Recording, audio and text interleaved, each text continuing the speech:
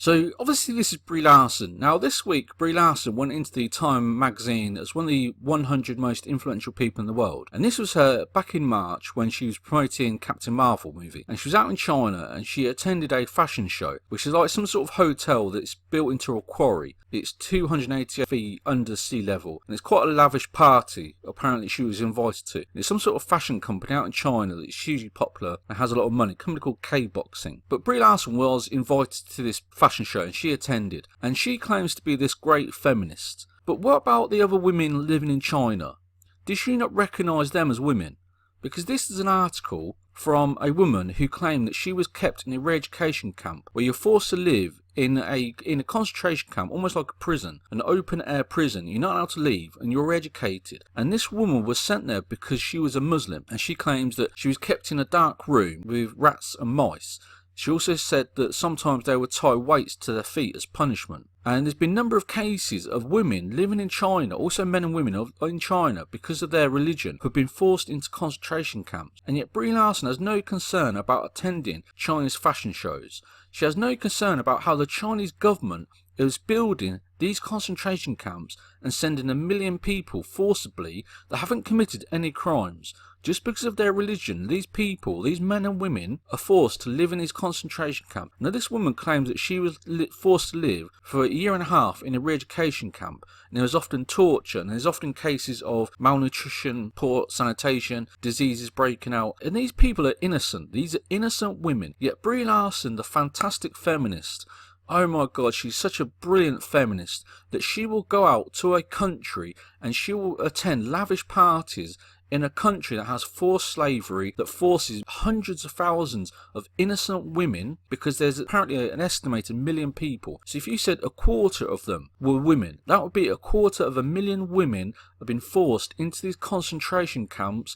You get Captain Marvel, Brie Larson, the most amazing feminist in the world, will go out to that country. She'll attend fashion shows and she'll attend the parties. Brie Larson is not a feminist. If she was, she would be aware of these issues. She would be aware of how the Chinese government is forcing hundreds of thousands of women into concentration camps where they're being tortured. They haven't committed any crimes. They're being tortured even though they haven't committed a single crime, just because of their religion. So Brie Larson, she will go out to a country, she'll have a lavish lifestyle, as long as she's not the same religion as these people. Just because these people are a different religion, she'll accept it. If they were Christian, she wouldn't go out to that country. Is that what she's saying? What's her excuse? What is Brie Larson's excuse to go out to China and live in a lavish lifestyle at this luxury hotel that's built inside a quarry, whilst other women living in that country are forced into concentration camps where they have to live in pens alongside rats and mice, and they're being tortured and having weights tied to their feet? What is Brie Larson's excuse? Can Brie Larson give an excuse for her complete ignorance to these women? Brie Larson is not a feminist.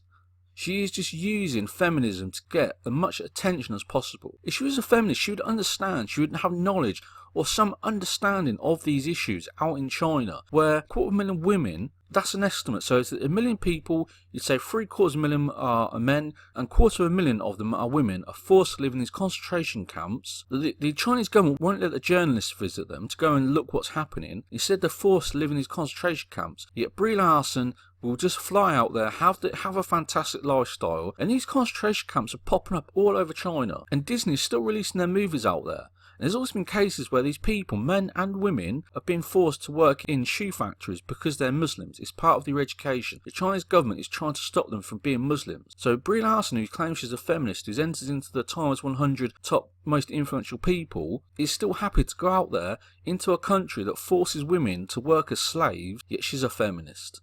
She's not a feminist. She's a joke. She's a scam artist.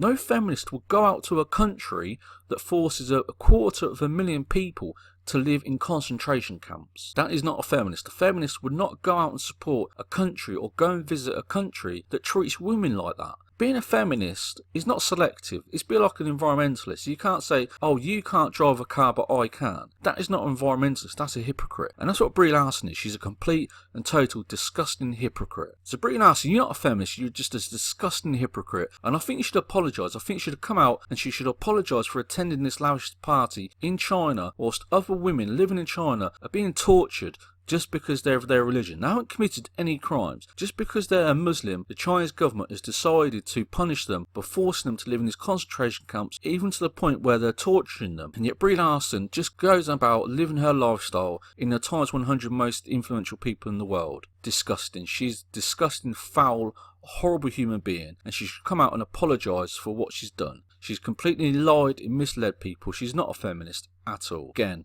if she was a feminist, she would understand, she would have knowledge or some inkling of these cases taking place where women are being forcibly locked up and tortured.